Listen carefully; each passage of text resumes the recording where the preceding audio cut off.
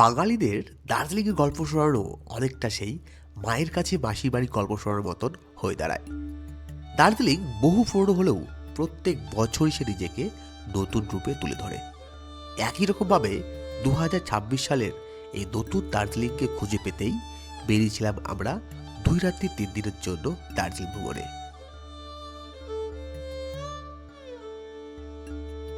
আমাদের এই 2 রাত্রি 3 দিনের দার্জিলিং ভ্রমণ সিরিজে থাকছে কি করে আপনারা খুবই কম খরচে দার্জিলিং পৌঁছাবেন। থাকছে ম্যালের কাছেই খুব একটি সুন্দর হোটেলের খোঁজ। থাকছে দার্জিলিংয়ের কোন কোন হোটেলে খাওয়া দাওয়া করবেন এবং খুবই কম খরচে দার্জিলিংয়ের সাইট সিনগুলো করে দেখবেন। তো চলুন বিনা কোনো সময় নষ্ট না করে বলে দেই, আমি শুভ আর আপনারা দেখছেন শুভ ফর ইউ।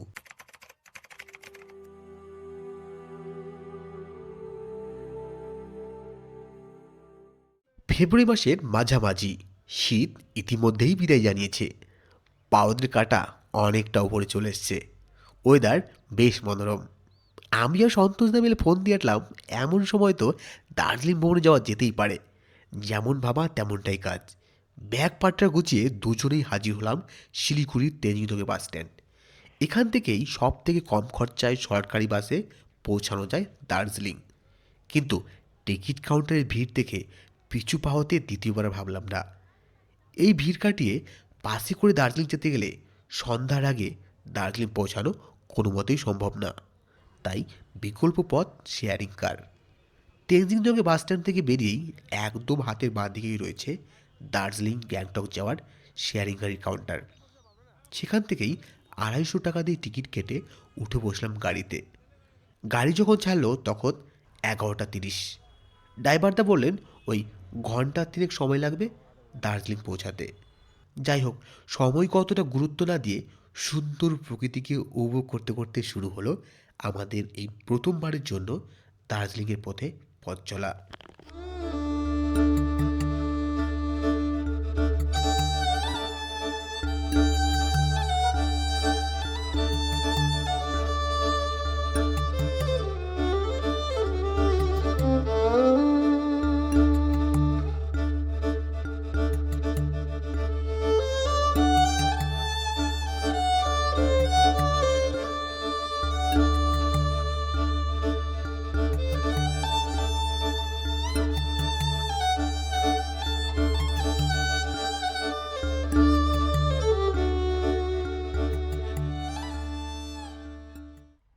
তো বন্ধুরা, ঘড়িতে কিন্তু সময় প্রায় 11:30 আর আমরা কিন্তু এসে পৌঁছেছি এখন রোহিণীতে। এই হচ্ছে রোহিণী, আর এখানে এই ছোট্ট একটা রেস্টুরেন্ট। এখানে আমাদের 15 মিনিটের জন্য হল দিয়েছে সকালের কিছু ব্রেকফাস্ট করার জন্য। আর এটা কিন্তু খুব কিউট একটা রেস্টুরেন্ট, আপনাদের ঠিক দেখাচ্ছি। এখান থেকে যখন আসবো আর এখান থেকে জাস্ট বাইরের যে অ্যাম্বিয়েন্সটা, এটা কিন্তু দেখার মতন ওয়াও লেভেলে কিন্তু একটা ভিউ। শুরু হলো আবারও পথ চলা। তবে এইবারের পথ কার্শিয়াংয়ের সেই আঁকাবাঁকা চা বাগানের ভেতর দিয়ে। দার্জিলিং পাহাড়ের রানী হলে কার্শিয়াংকে পাহাড়ের রাজপুত্র বলা যেতেই পারে।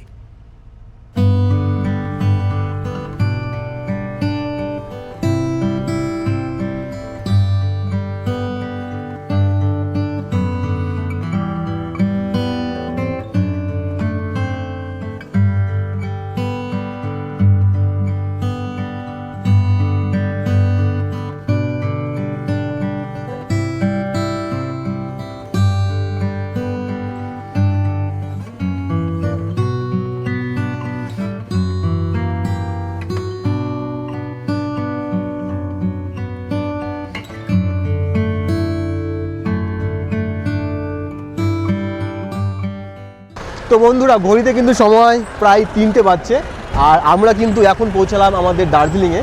এই দার্জিলিংয়ের ট্যাক্সি স্ট্যান্ডে আমাদের নামিয়ে দিয়েছে। এখান থেকে প্রথমত আমাদের সন্তোষদার পেয়ে গেছে প্রচণ্ড খিদে। সকালবেলা আমরা শিলিগুড়িতে একটু ব্রেকফাস্ট করে নিয়েছিলাম হালকা হালকা কিছু, তারপরে রাস্তায় আর কিচ্ছু খাওয়া হয়নি, যার জন্য এখন আমাদের প্রধান কাজ একটু ওকে খেয়ে নেব। তারপরে আমরা আমাদের গুগল থেকে 2-3টে আমরা হোটেল দেখে রেখেছিলাম, সেই হোটেলগুলো যাব। তো চলুন আগে আমরা ব্রেকফাস্টটা করে নিই। দুপুর হয়ে গেছে, যদিও ব্রেকফাস্ট ভালো লাগে, হালকা কিছু লাঞ্চ করে নেব, তারপর যাবো আমরা হোটেলের দিকে। সঙ্গে থাকুন।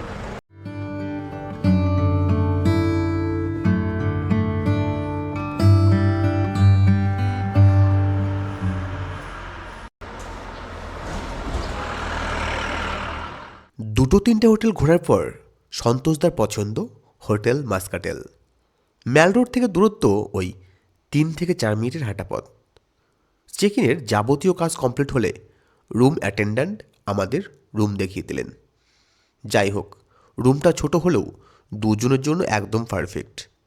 আর রুমের সব থেকে স্পেশালিটি হলো জানলা খুললেই দেখা যায় গোটা দার্জিলিং শহর।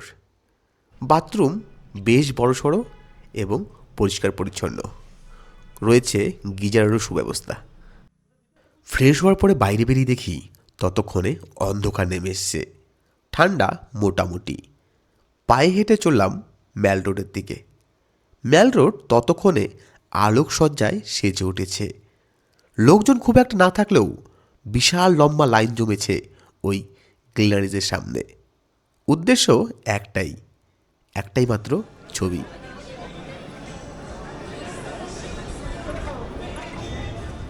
রাতের ডিনারের ঠিকানা হিসেবে আমরা বেছে নিয়েছিলাম 16 আনা বাঙালিকে।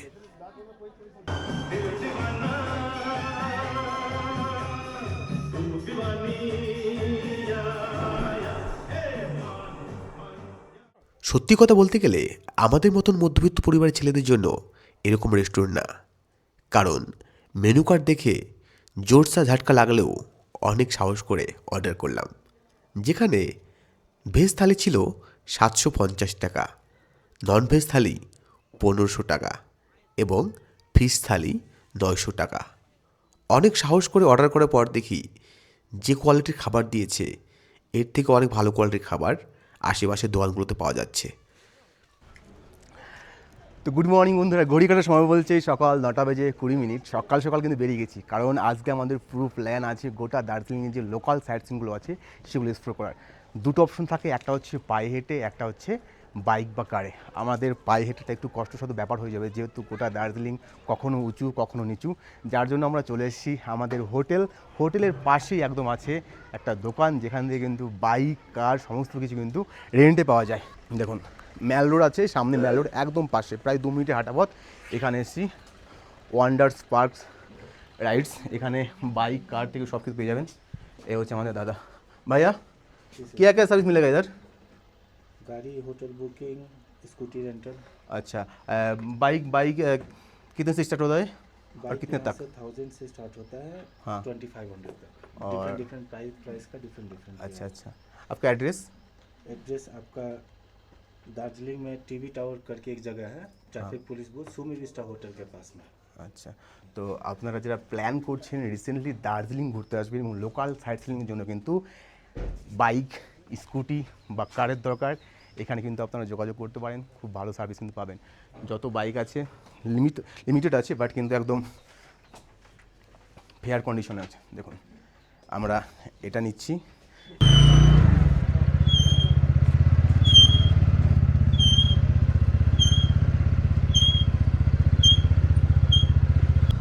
বাইক নেওয়ার পরে আমাদের প্রথম কাজ ছিল বাইকে পর্যাপ্ত পরিমাণে ফিউল লুকিয়ে নেওয়া। তাই পৌঁছালাম পাশের একটি ফিউল স্টেশনে।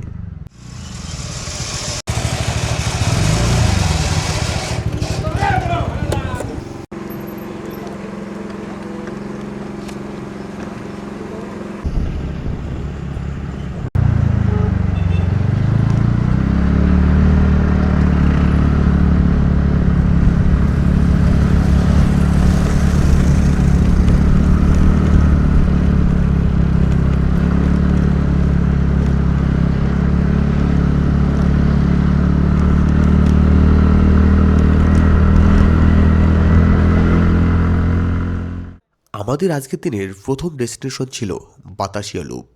এখান থেকে কাঞ্চনজঙ্ঘাকে সব থেকে কাছে দেখা যায়। তাছাড়াও এখানে রয়েছে ওয়ার মেমোরিয়াল। আর সব থেকে আকর্ষণীয় হলো এখানে সবসময়ই এখানকার চক্রাকার ট্র্যাকের উপর দিয়ে ছোট্ট কিউট টয় ট্রেনকে চক্কর কাটতে দেখা যায়।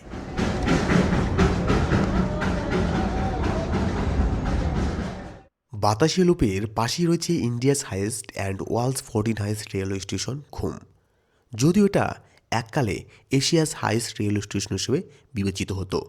এই ঘুম স্টেশনের পাশেই রয়েছে ঘুম মিউজিয়াম, যেখানে প্রাচীনকালের রেলের সমস্ত যন্ত্রাংশ প্রিজার্ভ করে রাখা হয়েছে।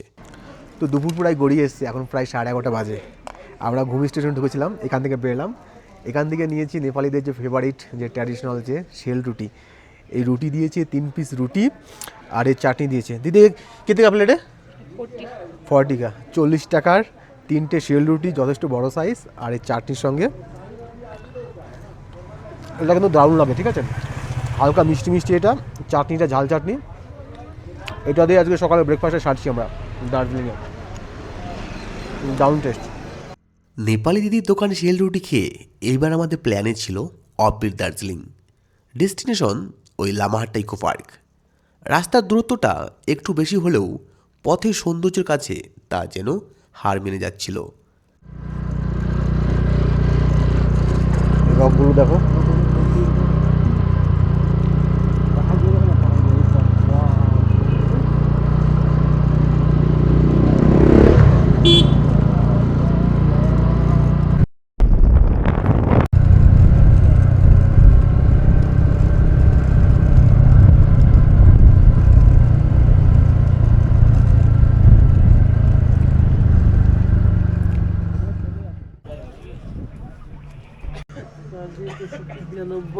পার হেড 40 টাকা ভাইয়া, পার হেড 40।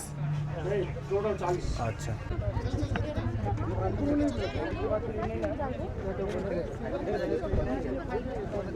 তো বন্ধুরা ঘড়িতে কিন্তু সময় প্রায় 1:30 বাজে ভাব। আমরা অনেকক্ষণ থেকে এই দাঁড়িয়ে আছি লামাহাট্টা ইকো পার্কে।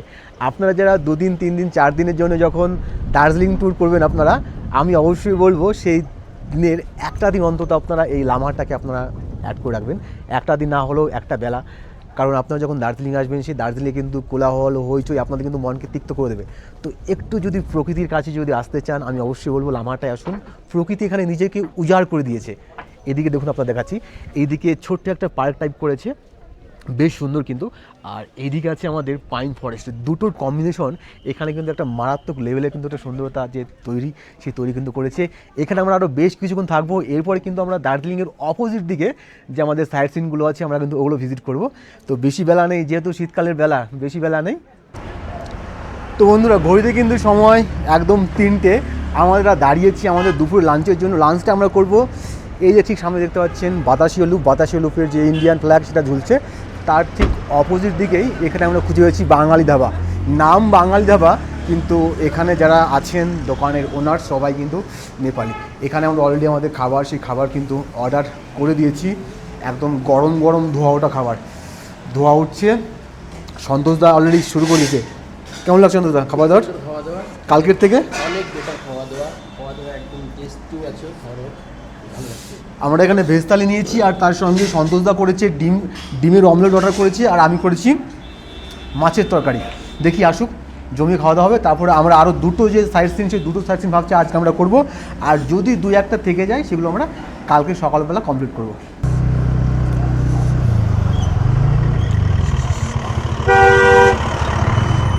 খাওয়া দাওয়া করলাম, খাওয়া দাওয়ার পরে প্রচণ্ড ঠান্ডা লেগে গেছে।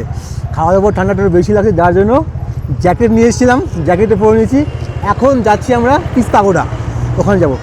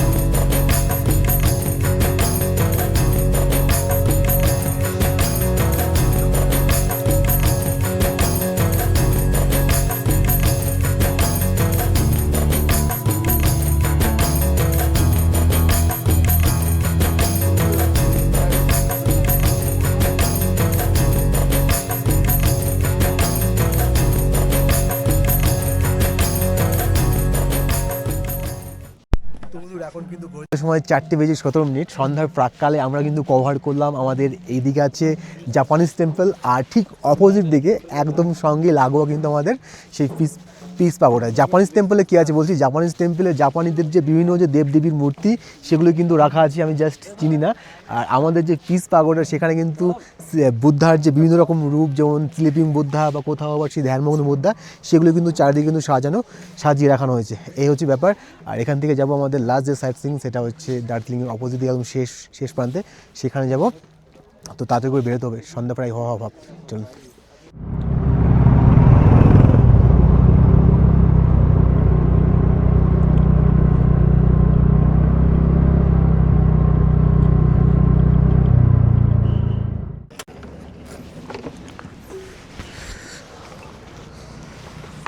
সন্ধ্যার প্রাক্কালে আমরা এসে পৌঁছালাম আমাদের আজকের দিনের শেষ ডেস্টিনেশন অবজারভেটরি ভিউ পয়েন্ট। এখান থেকে কাঞ্চনজঙ্ঘা এবং সানসেট দুটোই খুব সুন্দরভাবে উপভোগ করা যায়, কিন্তু মেঘাচ্ছন্ন আবহাওয়ার জন্য আমরা কোনোটাই উপভোগ করতে পারলাম না। সারাদিনে এদিক ওদিক বাউন্ডুলের মতন ঘুরে বেড়ানো শরীর সন্ধ্যার পরে ক্লান্তির বোঝা আর বইতে না পেরে বাইককে তার নিজের ঠিকানায় পৌঁছে দিয়ে আজকের মতন শুভরাত্রি জানালো।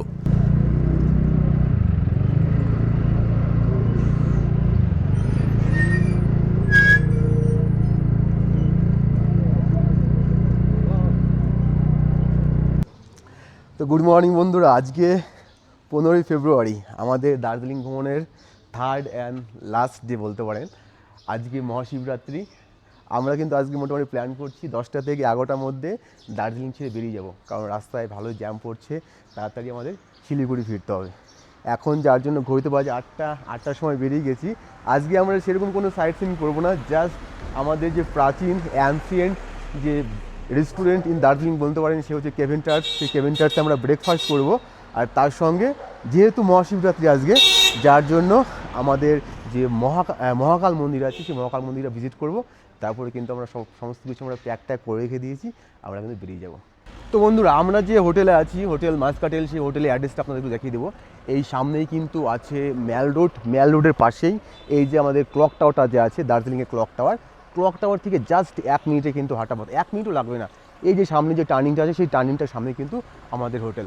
আর এই হচ্ছে ক্লক টাওয়ার। আজকে কিন্তু ওয়েদারটা কালকের থেকে অনেকটাই ক্লিয়ার আছে। কালকে একটু ফগি ছিল এবং একটু ক্লাউডি ছিল, বাট আজকে কিন্তু পুরোটা একদম ক্রিস্টাল ক্লিয়ার ওয়েদার। তো চলুন।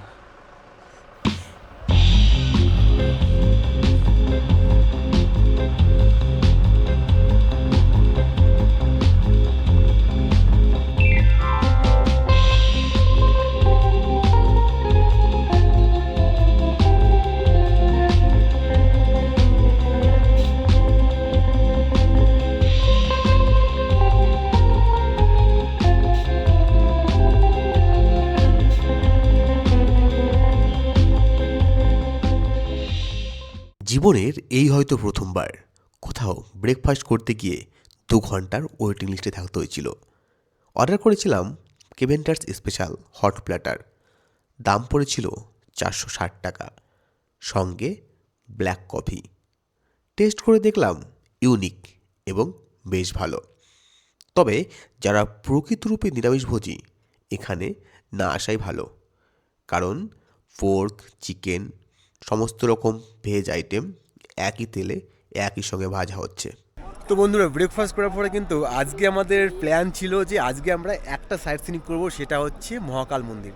এই হচ্ছে ভানুচকের ঠিক পেছনেই কিন্তু আমাদের সেই মহাকাল মন্দির। শুনেছি অনেকটাই জাগ্রত এবং যে রাস্তা, সেই রাস্তা নাকি অনেক সুন্দর। বাট কী হচ্ছে, যেহেতু আজকে মহাশিবরাত্রি, যার জন্য কিন্তু প্রচণ্ড পরিমাণে ভিড়, লাইন চলে এসছে একদম পেছনে, এখানে পর্যন্ত লাইন চলে আসছে। সেখানে যে ভলেন্টিয়ার্সরা ছিল তাদের সাথে কথা বললাম, তারা বলছে ওপরে পৌঁছাতে কম করেও 2 থেকে 3 ঘন্টা সময় লাগবে। আর কোনো রিস্ক নিলাম না, কারণ আজকে আমাদের চেক আউট আছে 11টার দিকে, চেক আউট করবো। আর ভিডিও আর লম্বা করছি না, অনেকটা লম্বা অলরেডি হয়ে গেছে। ভিডিও শেষ করার আগে আমার সঙ্গে যে 3 দিন ঘুরলো সন্তোষদা, কেমন লেগেছে বলো 3 দিন? দারুণ লেগেছে, খুবই আনন্দ করেছি, খুব মিস করব আমরা দার্জিলিংকে। আর আজ থেকে দার্জিলিং বাই বাই। 3টে দিন খুব আনন্দ করলাম দুজন মিলে। আর ভিডিও লম্বা করছি না, আপনাদের সাথে দেখা করছি পরে একটা সুন্দর একটা ভিডিওতে। ততক্ষণ সবাই সুস্থ থাকুন, ভালো থাকবেন। আজকের মতন বাই।